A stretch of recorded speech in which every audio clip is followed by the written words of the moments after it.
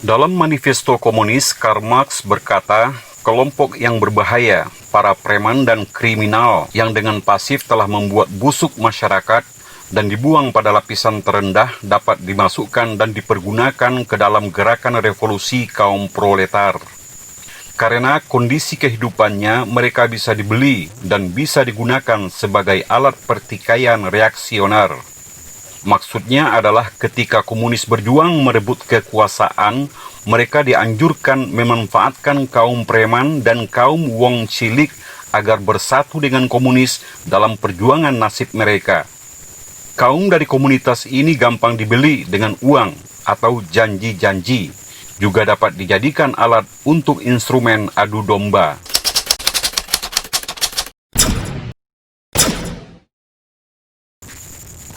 Mao Zedong terkenal karena kekejaman membunuh jutaan rakyatnya dengan satu alasan, yaitu revolusi kebudayaan. Revolusi itu pada awalnya dimulai dengan apa yang mereka sebut sebagai revolusi mental. Mencuci otak seluruh bangsa dengan tujuan akhir mengosongkan pikiran dan tradisi moral, kepercayaan kepada kebaikan serta nilai agama. Alasannya adalah karena semua itu akan bertentangan dengan konsep perjuangan komunis. Dan pada momen berikutnya, setelah kekuasaan sepenuhnya di tangan Partai Komunis, maka gerakan selanjutnya adalah melakukan revolusi sosialis komunis. Kali ini dengan cara kekerasan dan pembunuhan serta menebar ketakutan.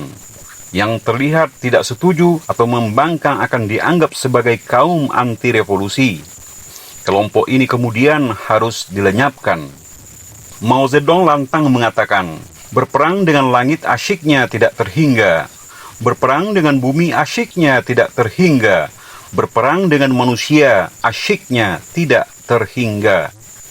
Kalimat ini menggambarkan kepada kita bahwa semangat perjuangan komunis adalah menentang eksistensi Tuhan, memerangi seluruh kelas materi yang ada di bumi untuk dikalahkan, termasuk kelas manusia yang dianggap musuh, bahkan lingkungan hidup yang dianggap sebagai penghalang perjuangan komunis.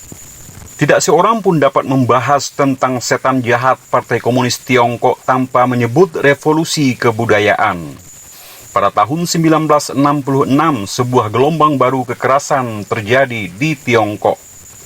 Teror pengawal merah meliputi setiap sudut negara. Penulis Ken Mu menggambarkan revolusi kebudayaan sebagai benar-benar sebuah musibah dunia yang tiada tara.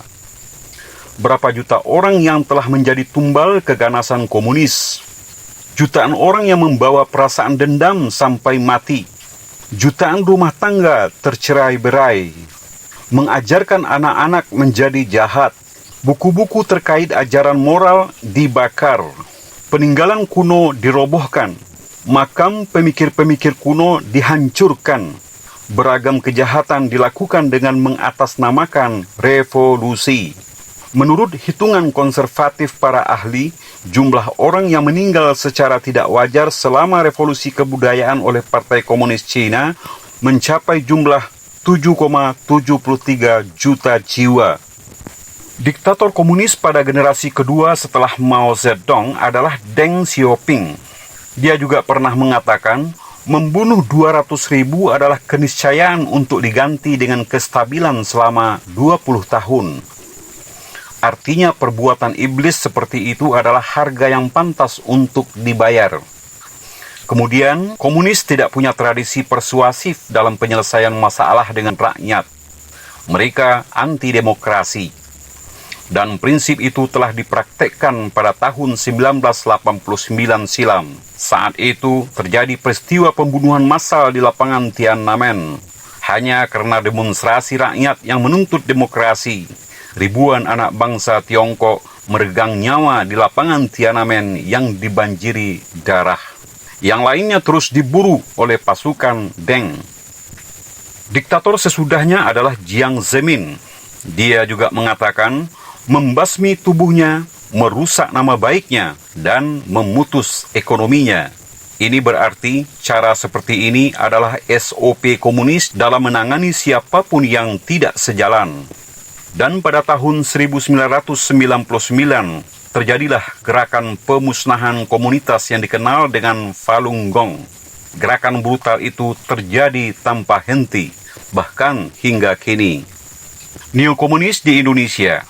Dari fakta sejarah, komunis di Indonesia terbukti terhubung erat dengan Partai Komunis Cina, baik di masa lalu, terlebih lagi di masa sekarang. Kita sadar bahwa gerbong komunis itu terus tumbuh dan berkonsolidasi dengan elemen lain di luar komunis. Alhasil, saat ini jumlahnya telah menjadi kekuatan baru yang tidak boleh dipandang remeh. Hampir semua elemen dengan beragam ideologi telah terhimpun secara alami. Mulai dari para penganut sosialis komunis termasuk sisa-sisa PKI masa lalu. Yang kedua dari elemen kaum ateis dan agnostik, kaum fasis, kaum para pemuja liberalis dan kapitalis, kaum Zionis, kaum Syiah, para munafik, dan pejabat-pejabat hubbud dunia dan hubbud kekuasaan. Harus dicatat, 7 komunitas setelah kelompok yang pertama itu tidak ada kaitan sama sekali dengan PKI Palu Arit. Mereka ini adalah pendatang baru yang bergabung atas dasar adanya kesamaan musuh yang sama, yakni Islam dan nilai Pancasila. Orang yang belum paham karakter kaum komunis di Indonesia pasti merasa lucu dengan daftar elemen ini. Dari mana rumusnya Syiah, Zionis, komunis bisa bersatu? Atau kapitalis dan komunis bisa saling suap dengan mesra? Sepintas ini adalah tesis yang ngawur. Bukankah dunia global mengatakan bahwa faham-faham seperti di atas tidak mungkin bisa bersatu? Tetapi Anda jangan lupa bahwa karakter komunis dalam memandang sekelompok populasi tidak lebih dari sekedar yang bernilai materi belaka. Komunis sangatlah lihai menggunakan kelompok apapun untuk diajak kerjasama untuk mencapai tujuan tertentu. Dan saat tujuannya telah tercapai, ketika kekuasaan telah mereka pegang secara absolut, maka satu persatu kelompok seperjuangan mereka itu akan dimusnahkan. Itulah yang dilakukan Mao Zedong ketika bergabung dengan Kuomintang untuk mengusir Jepang dari Tiongkok. Setelah Jepang berhasil diusir dari bumi Tiongkok, maka komunis memperalat kaum buruh dan tani untuk melawan Kuomintang. Alhasil seluruh anggota partai Kuomintang berhasil diusir, dan ribuannya yang tersisa mereka bantai dengan sadis. Banyak kaum milenial kita yang masih asing dengan sebutan komunis di Indonesia, sehingga mereka tanpa sadar menyebut isu komunis itu hanyalah hantu dan ilusi semata.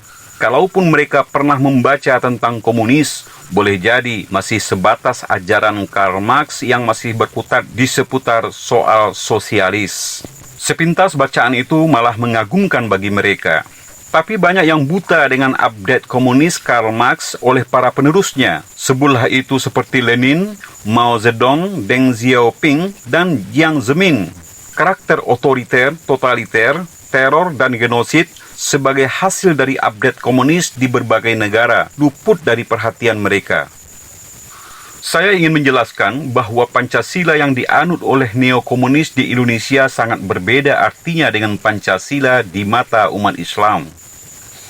Bagi neokomunis, Pancasila itu tidak lebih dari sekedar simbol negara, sebagaimana halnya burung Garuda atau bendera merah putih. Orientasi mereka hanya sebatas simbol, tidak kepada nilai yang terkandung di dalamnya, karena jelas bertentangan dengan konsep neokomunis. Di Indonesia, penggiat komunis di negeri ini telah berhasil menyatukan 7 elemen tadi ke dalam satu gerbong besar. Sejak 2014 lalu, mereka telah sukses menghimpun berbagai elemen itu. Alasannya sangat sederhana, yaitu punya musuh bersama, yaitu Islam. Gerakan kaum Islam yang getol ingin melestarikan nilai Pancasila adalah penghalang dari misi-misi mereka. Di mata mereka, eksistensi Pancasila sebagai nilai dasar moral dan Islam adalah tembok besar yang harus diruntuhkan. Semangat itulah yang membuat mereka bisa bersatu, mensinergikan seluruh kekuatan untuk melawan Islam dan nilai Pancasila. Mereka ingin Pancasila itu ditempatkan hanya sebatas simbol negara yang berfungsi sebagai pelengkap perisai burung Garuda, sementara eksistensi nilai yang terkandung di dalamnya diusahakan untuk dibuang. Sekalipun mereka dalam posisi yang cukup kuat saat ini, Tetapi kaum neokomunis itu masih harus berhitung 1000 kali bila nekat melakukan kudeta atau makar. Mereka tentu tidak ingin berbuat sembrono, mengulangi kegagalannya di tahun 48 dan 65 silam. Saat ini mereka memang masih belum berani melakukan kudeta makar secara terbuka.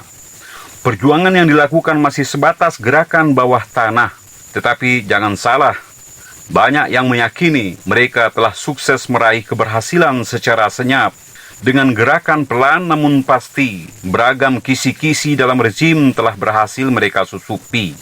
Mulai dari konstitusi, perundang-undangan, elemen alat negara, lembaga-lembaga negara, birokrasi pemerintahan, BUMN, dan bahkan sampai kepada komunitas kampus. Anda tentu tidak akan pernah bisa menunjuk hidung seseorang untuk dituding sebagai neokomunis. Yang bisa kita tangkap adalah berbagai hasil karya mereka.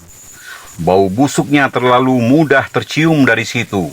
Hal yang terbaru adalah usaha mereka menafsirkan nilai Pancasila kepada tafsir lain yang justru mengarah kepada haluan neokomunis. Terhadap persoalan ini tidak bisa dipungkiri bahwa usaha itu sejalan dengan niat busuk mereka yang ingin menjadikan Pancasila itu hanya sebatas simbol belaka.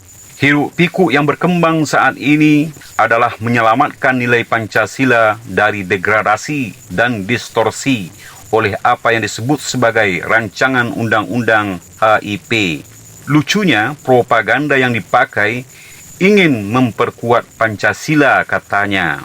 Ini sangat mirip dengan propaganda tahun lalu ketika mereka juga mempropagandakan ingin memperkuat KPK melalui revisi Undang-Undang KPK. Salah satu ciri khas neokomunis adalah ketika mereka mengatakan ke utara, maka hal yang akan terjadi justru akan nyampe di selatan. Inilah kebohongan yang sempurna. Ketika dia mengatakan akan memperkuat, maka percayalah yang terjadi justru sebaliknya, melemahkan, dan akhirnya tentu akan binasa. Pengalaman buruk ini telah banyak kita saksikan. Nasib sial KPK menjelaskan soal ini. Kisah buruk yang lain adalah ketika dia katakan ekonomi akan meroket, maka percayalah, hasil akhirnya akan sebaliknya, nyungsep. Jadi, kebohongan komunis jangan dipertanyakan lagi. Bahkan di dunia global telah mengakui itu, dan terlalu banyak publik global yang telah memberikan bukti.